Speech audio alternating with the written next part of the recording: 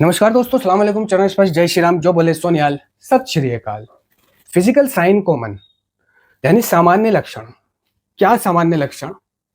यानी कि एक नशा करने वाले लड़के के, लड़की के, स्त्री या पुरुष के लक्षण कैसे पहचाना जाए कि हमारा लड़का, हमारी लड़की नशा करने लगी है या नशा करने लगा है। कई परिवार को सालों तक उनका बेटा बेटी पता नहीं चलने देती, जैसे कि मैंने पिछली क्लास में बताया था कि हाँ, हम नशा करने लगे हैं। डुअल पर्सनैलिटी, ठीक है, भोला चेहरा रखना, बाहर कुछ और अंदर कुछ और, ठीक है ना। तो आज हम इसका पर्दाफाश करेंगे कि उनकी पहचान क्या हो सकती है। नंबर 1 पर आता है इनटॉक्सिकेटेड लुक, नशे वाली हालत या आंखों में खुमार, या फिर वो नशे में धुत दिखता है। यानी कि नशे में धुत दिखने का मतलब है, अब परिवार को तो पता नहीं है कि वो उसने नशा कर रखा है या वो करता है, इसलिए हम आंखों में नींद वाली खुमार, है ना, नींद वाली खुमार, नशे वाली हालत या आंखों में खुमार से पहचानेंगे। यानी उसकी आंखें जैसे एक नींद ना पूरी होए व्यक्ति की होती है, नींद जैसा आना उसे इस तरह से,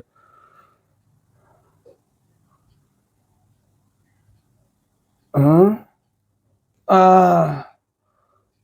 हाँ, हाँ, अबे सो रहा है? नहीं, सो नहीं रहा यार, रात को नींद पूरी नहीं हुई थी, ऐसी बस आंख लग गई थी, रात सोया नहीं था, ठीक है ना। तो नशे वाली हालत या आंखों में नींद की खुमारी। स्लट स्टैमरिंग स्पीच, यानी तुतलाना, हकलाना या हकलाते हुए बोलना, ठीक है। नंबर 3 आता है स्टेगरिंग गेट, चलते समय पैरों का डगमगाना, लड़खड़ाना, ठीक है। नंबर 4 आता है डायलेटेड कॉन्स्ट्रिक्टेड पीपल्स। यहाँ पे डायलेटेड को बोलते हैं फैला हुआ, कॉन्स्ट्रिक्टेड को बोलते हैं यानी कसना, दबाव, संकीर्ण, और पीपल्स, पीपल्स को यहाँ बोलते हैं, हालांकि पीपल्स को शिष्य, चेला भी बोलते हैं ना, बोल देते हैं कि शागिर्द, लेकिन यहाँ इसको हम आंख की पुतली बोलेंगे। पीपल्स का मतलब आंख की पुतली भी होता है, यानी कि आंखों की पुतली का कभी बड़ा होना, कभी छोटा होना। यानी जिस तरह से ये कह रहा है डायलेटेड यानी फैला हुआ, और कॉन्स्ट्रिक्टेड कसना, दबाव यानी खींचना, खींचकर लंबा करना। एक डॉक्टर के पास में गया था, जब मेरे परिवार को पता लगा था, तो वो डॉक्टर मुझे पहचान लेता था, साइकेट्रिस्ट डॉक्टर था, और कहता था आज तुमने पी रखी है, आज तुम लगा के आए हो। तो मैं समझ नहीं पाता था यार ये पहचानता कैसे, मैं तो बहुत सावधानी से पी के गया हूँ। तो पता चलता है कि वो कैसे पहचानता था, वो मेरी आंखें देखता था, और आंखों में वो क्या देखता था, वो यही देखता होगा, डायलेटेड कॉन्स्ट्रिक्टेड पीपल्स, क्योंकि वो तो डॉक्टर है। यानी नशा करने के बाद नशेड़ी की आंखें की जो पुतली है, प्यूपल्स, वो फैल जाती है, बड़ी हो जाती है सामान्य व्यक्ति की पुतली के मुकाबले, जिससे वो 100% श्योर होता था कि तुमने आज पी रखी है। और मैं हैरत करता था कि मैंने पी तो है, और मैं बहुत संभाल के, मुंह हाथ धोकर, कपड़े वपड़े बदल के और फिट फोर होकर आईने में अपना चेहरा देखकर तब इसके पास में आया हूँ, लेकिन ये फिर भी पहचान लेता है, ठीक है। नंबर 5 होता है पैल स्किन, यानी त्वचा का पीला या बेजान पड़ना, त्वचा का पीला या बेजान पड़ना। कभी कभी मेरे साथी, संगी या समाज वाले मुझे देखकर ये घोषणा कर देते थे, भाई क्या हो रहा है तेरे को, बड़ा कमजोर हो रहा है, पीला हो रहा है तू, सफेद हो रहा है तू, ठीक है ना। और ये कई लोगों ने टोका है मुझे कि पीला हो रहा है, सफेद हो रहा है, ठीक है ना। तो अगर किसी का बच्चा पीला हो रहा है, सफेद हो रहा है, तो ये फिजिकल साइन कॉमन, यानी एक नशेबाज के नशा करने के, नशे की हालत में होने के ये लक्षण है। नंबर 6 आता है पुअर हाइजीन, इसको हम बोलते हैं आरोग्य शास्त्र, यानी साफ सफाई की कमी। साफ सफाई की कमी यानी कपड़े काफी दिन से एक ही पहने रखना, नाखून ना काटना, ठीक है, और नहाना नहीं, और बाल नहीं कटवाना, शेव नहीं बनानी, कोलगेट नहीं करना। जैसे कि एक एडिक्ट होता है ना, एक स्मैकिया होता है, कि वो साफ सफाई की कमी आती है उसमें, यानी सेल्फ केयर की कमी आ जाती है, ठीक है ना। तो इस तरह से भी पहचान की जा सकती है कि वो सालों, महीनों से या हफ्तों से कपड़े नहीं बदल रहा है, हफ्तों से कोलगेट नहीं कर रहा है, कंघा नहीं कर रहा है, और बुरा सा रह रहा है, ठीक है ना। नंबर 7 आता है फाउल स्मेल फ्रॉम माउथ, यानी कि मुंह से गंदी बदबू आना, ठीक है ना। लोग कभी कभी मुझसे बात करते समय अपना मुंह इधर कर लेते थे और ऐसे करते थे, "ए भाई तेरे मुंह से बदबू आ रही है", ठीक है ना। और ये बदबू मुझे भी दूसरे नशेबाजों के मुंह से आई है। मैं एक बस में जा रहा था, पीछे बैठा हुआ था, और मेरे बराबर में एक नशेबाज बैठा हुआ था जो कि, है ना, पुअर हाइजीन, जो साफ सफाई की कमी नहीं होती थी जिसमें।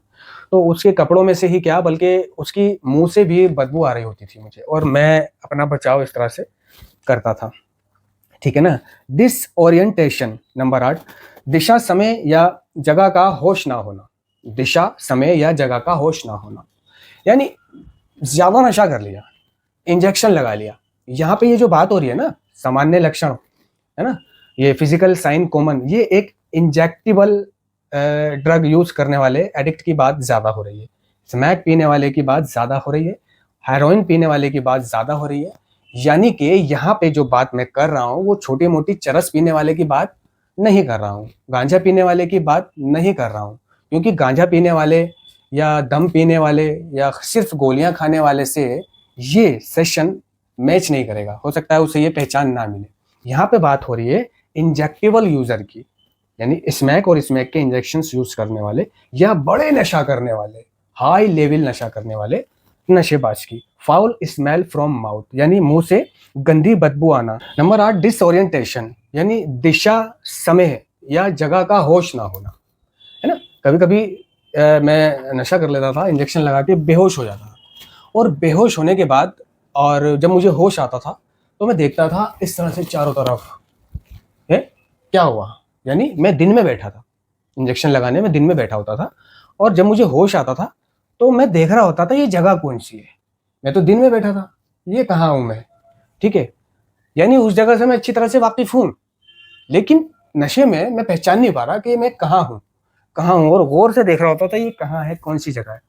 और कभी कभी तो मैं राह चलते व्यक्ति से पूछता था कि भाई मुझे वहां जाना है, ठीक है, तो वो बोलता था भाई यहाँ से सीधे चले जाओ और लेफ्ट मुड़ जाना। ठीक है भाई, और जब मैं वहां से सीधे जाके और लेफ्ट मुड़ता था तो चलते चलते मुझे जगह का होश आने लग जाता था कि यार ये तो मुझे भी पता था, मैं तो यहाँ रोज आता हूँ, रोज गुजरता हूँ। ठीक है ना, यानी कि दिशा, समय या जगह का होश ना रहना। नंबर 9 आता है बंड, यानी बंड टिप्स ऑफ फिंगर, यानी उंगलियों पर जले हुए के निशान। ठीक है, उंगलियों पर जले हुए के निशान यहां, क्योंकि सामान पीते पीते जो तिल्ली, जिस तिल्ली से मैं सामान पीता था, लाइन लगाता था, और एक लक्ष्य तय कर रखा होता था कि एक तिल्ली से 4 लाइन लगानी है या एक तिल्ली से 5 लाइन लगानी है। ठीक है ना, यार वो 5 लाइन लगाता है, मैं भी 5 लाइन लगाऊंगा। तो केक की मोम वाली तिल्ली लेना, छोटी वाली माचिस, मोम की माचिस लेना, वो ज्यादा चलती थी। तो एक तिल्ली से लक्ष्य तय कर रखा होता था 1, फिर पन्नी घुमाया 2, फिर पन्नी घुमाई 3, फिर पन्नी घुमाई 4, यानी उस लक्ष्य को पूरा करने के लिए, है ना। अब तिल्ली बहुत छोटी हो जाती थी और हाथ को जला रही होती थी, लेकिन अभी लाइन आधी बची है, क्योंकि गोल पूरा करना है, तो जला लेता था मैं अपने हाथ को, कोई नहीं जलने दे, लेकिन लाइन पूरी लगानी है, और फिर छोड़ देता था उस तिल्ली को। तो ये थोड़ा थोड़ा जलने से, आज थोड़ा जला, कल थोड़ा जला, परसों थोड़ा जला। ठीक है, और किसी किसी का सामान, है ना, उंगलियों पर चिपका लेता था कोई, मैंने तो खैर नहीं चिपकाया किसी का सामान, लेकिन उंगलियों पर सामान चिपका लेना, यानी जो पिला रहा है उसी का सामान पीते पीते और उंगली पर चिपका लेना बाद में पीने के लिए, धोखा देना उसको जो बैठ रहे, फरेब करना शामिल भी है उसके एटीट्यूड में, चोरी चोरी लैंड इसने की, धूर तोड़ गंधा चतुराई से। ठीक है ना, तो उसके कारण मेरी उंगलियों पर जले हुए के निशान रहते थे अगर मैं बीड़ी पीता था या सिगरेट पीता था, क्योंकि सामान के बाद, इंजेक्शन के बाद, है ना, मैं दम भी पीता था। तो दम की सिगरेट को मैं ये सोचता था कि भाई इसका असली मजा तो टोटे में है, यानी पूरी सिगरेट मत पियो, बस टोटा पी लो, तो वो पूरी सिगरेट से भी ज्यादा का मजा देगा। तो ज्यादा नशा खिलाने के लिए और नशे की कमी की वजह से टोटा टोटा भी चूस लेना, और वो जल रहा है लेकिन चूसना उसको। और मैंने पाया क्या कि जब कभी कभी बस में पुलिस वाले चढ़ जाते थे या चेकर चढ़ जाते थे, तो वो नशेबाज की हालत देखकर पहचान लेते थे, या अगर हमने अपनी हालत को ठीक ठाक बना भी रखा है पर टिकट नहीं होता था, तो वह सबसे पहले क्या देखते थे पुलिस वाले, हाथ दिखा, उंगली दिखा, उंगली दिखा, तो उंगलियों पर क्या देखते थे वो जले हुए के निशान, कि अगर ये नशेबाज है, अगर ये जेब कतरा है, या अगर ये बुरैया है, ये चोर है, ठीक है, तो इसके उंगलियों पर जले हुए के निशान जरूर होंगे। ठीक है, आज भी अगर पुलिस वाले पकड़ लेते हैं तो उंगलियां देखते हैं, हाथ दिखा। अगर किसी को ना पता हो कि वो हाथ क्यों देखते हैं, तो वो इसीलिए देखते हैं कि उंगलियों पर जले हुए के निशान या फिर हाथों पर इंजेक्शन के निशान देखने के लिए, जिससे ये साबित हो सके कि ये नशेड़ी है तो चोर भी है, चक्का भी है, जेब कतरा भी है। है ना। तो एक बार ऐसा सीन होने के बाद में मैं क्या काम करने लगा कि यार अगर पुलिस पकड़ ले तो वो हाथ देखती है, तो अपनी उन जली हुई उंगलियों को ईंट के पत्थर पर पानी लगा लगा के ऐसे घिसना, घिसने से वो जले हुए के निशान काफी हद तक, खाल वो रगड़ रगड़ के गिर जाती थी और काफी हद तक वो साफ नजर आते थे कि जैसे कि मैं इसमें क्या नहीं हूं। इससे पुलिस वाले नहीं पहचान पाते थे। तो हमने पाया है कि हमारे काफी साथी जेब कतरे चोर अपनी उंगली ऐसे करके पत्थर पर रगड़ रहे होते थे। इसलिए रगड़ते हैं कि ताकि कोई पकड़ ले तो पहचान ना पाए कि ये नशेबाज है। ठीक है, नंबर 10, चेंज्ड अपेटाइट, यानी कि भूख में परिवर्तन। भूख में परिवर्तन, ठीक है। होता यह था कि कभी कभी मुझे ज्यादा भूख लगती थी और कभी कभी मुझे भूख ही नहीं लगती थी। ठीक है, कभी मैं ज्यादा खाता था, घर वाले भी देखते थे यार आज ये बहुत ज्यादा खा रहा है। कभी मैं बहुत कम खाता था, यार आज इसने कुछ खाया ही नहीं। ठीक है, होता क्या था कि जब मुझे मेरा नशा लगा हुआ होता था, मैं नशा अमल पत्ते किए हुए होते थे, ठीक है, या दम वम पी रखा होता था मैंने, तो मैं खाता था, फिट फोर होता था। और जब मैं टूटन में हुआ करता था तो मैं नहीं खाता था। तो यही कारण है कि साइंस एक नजरिया पेश कर रहा है कि चेंज अपेटाइट। इसी तरह number 11, change weight gain and loss. Change weight gain and loss, वजन का अचानक बढ़ना या घटना। ठीक है, वजन का अचानक बढ़ना या घटना। कभी कभी कई दिनों तक नशा हुआ करता था, कोई मोटा हाथ मार लिया मैंने, ठीक है, और टेंशन ही नहीं, सामान पीने की, अगले दिन की, रात की, कल की, कोई टेंशन नहीं। तो बेफिक्र हुआ करता था, इकट्ठा सामान ला के रख रखा होता था, इकट्ठे हेविल ला के रख रखा होता था, इकट्ठा दम ला के रख रखा होता था, ठीक है ना। और अपना नशा करा, दम पिया और खूब होटल पे जाके खाया मार्केट में जाके खाया, क्योंकि टेंशन ही नहीं है, ठीक है, और खुश है मन, मन चंगा है बिल्कुल। तो क्या है, वजन कभी घटना कभी बढ़ना। और जब कभी पैसे ही नहीं हुआ करते तो कल की चिंता, सुबह की चिंता, टूटन में तड़पना, तो उससे क्या है और कमजोर हो जाता था मैं। तो यही कारण है कि साइंस कह रही है नंबर 11 में आकर change weight gain and loss, यानी वजन का अचानक बढ़ना या घटना। ठीक है, number 12, injection marks on different part of body specially upper extremities and groins.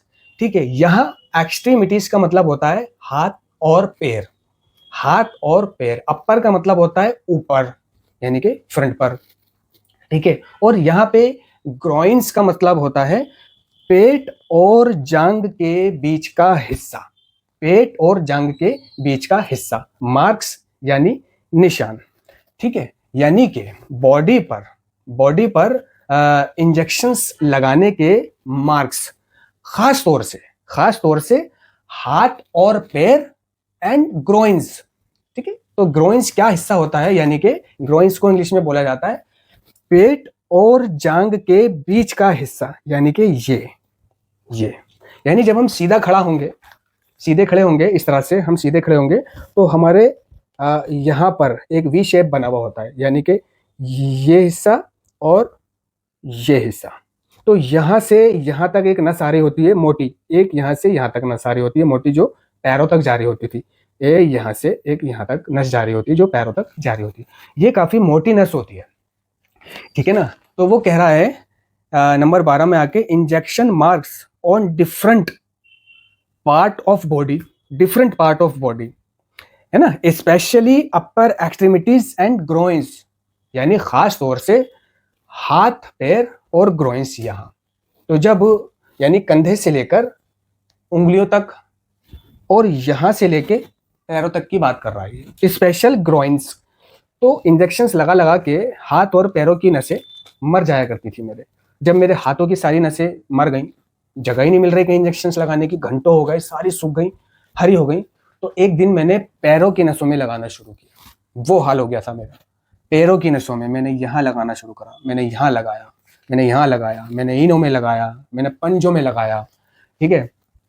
और नशेड़ी ज्यादातर क्या करता है कि जब उसकी हाथ की नसें भी सारी मर जाती हैं, दोनों हाथों की, पैरों की, तो फिर वो ग्रोइंस, जो यहाँ से एक नस आ रही होती है, यहाँ जा रही होती है, यहाँ और नीचे तक जा रही होती है ग्रोइंस, उसमें लगाना शुरू कर देता है, जो बिल्कुल मौत का संकेत है। यानी वो एक लास्ट स्टेज पर आ चुका है इंजेक्शंस लगाते लगाते, अगर वो ग्रोइंस में इंजेक्शंस लगाने लगा है, इसके बाद वो नहीं बचेगा। Number 13, possession of drugs and paraphernalia used for drugs e.g. injection, syrup, injectable drug, medicine wrappers, silver foils यानी नशीले पदार्थ और नशा करने के उपकरणों का पास होना, जैसे इंजेक्टेबल ड्रग, मेडिसिन रेपर और सिल्वर फॉइल। ठीक है, यानी पैराफार्नालिया बोलते हैं यहाँ पे सामग्री को। पैराफार्नालिया मतलब सामग्री को, यानी एक नशेबाज की पहचान ये भी है कि उसके पास इंजेक्शंस होगा, मिलेगा, निडिल मिलेंगी, सिरेंज मिलेगी, इंजेक्टेबल ड्रग बोलते हैं जो एविल होती है ना, एविल, जिसमें इंजेक्शन चुभा के और डॉक्टर यूँ खींचता है और मरीज के लगाता है, यानी हर वो ड्रॉप, हर वो शीशी जिसमें इंजेक्शन घुसा के और खींच के वो मरीज के लगाता है, वो जो शीशी कहलाएगी वो इंजेक्टेबल ड्रग कहलाएगी। तो यहाँ मेरी इंजेक्टेबल ड्रग एविल थी, तो नशेबाज के पास इंजेक्टेबल ड्रग मिलेगी, सिल्वर फॉइल्स मिलेगी यानी पिन्नी जिस पर वो सामान पीता है, सिरप मिलेंगे, सिरप जैसे खांसी के सिरप होते हैं, और रेपर्स यानी कि दवाइयों के, मेडिसिन रेपर्स, दवाइयों के पत्ते मिलेंगे, है ना, बहुत सारी चीज उस पर मिलेगी। फिर से बता दूं कि possession of drugs and paraphernalia used for drugs is injections, syrups, injectable drug, medicine wrappers, silver foils, यानी कि मेडिसिन रेपर्स दवाई के पत्ते मिलेंगे, सिल्वर फॉइल्स जिस पर इसमें के सामान पीता है, और सिरप मिलेगा, इंजेक्शन मिलेगा, नीडल सिरेंज मिलेगा, किसी किसी के पास तो रुई भी मिलेगी, किसी किसी के पास फाया भी मिलेगा, किसी किसी के पास रस्सी भी मिलेगी यहाँ बांधने की, है ना। तो यह सारी चीज़ें एक एडिक्ट की पहचान बताई है साइंस ने, फिजिकल साइंस कॉमन यानी कि सामान्य लक्षण। धन्यवाद।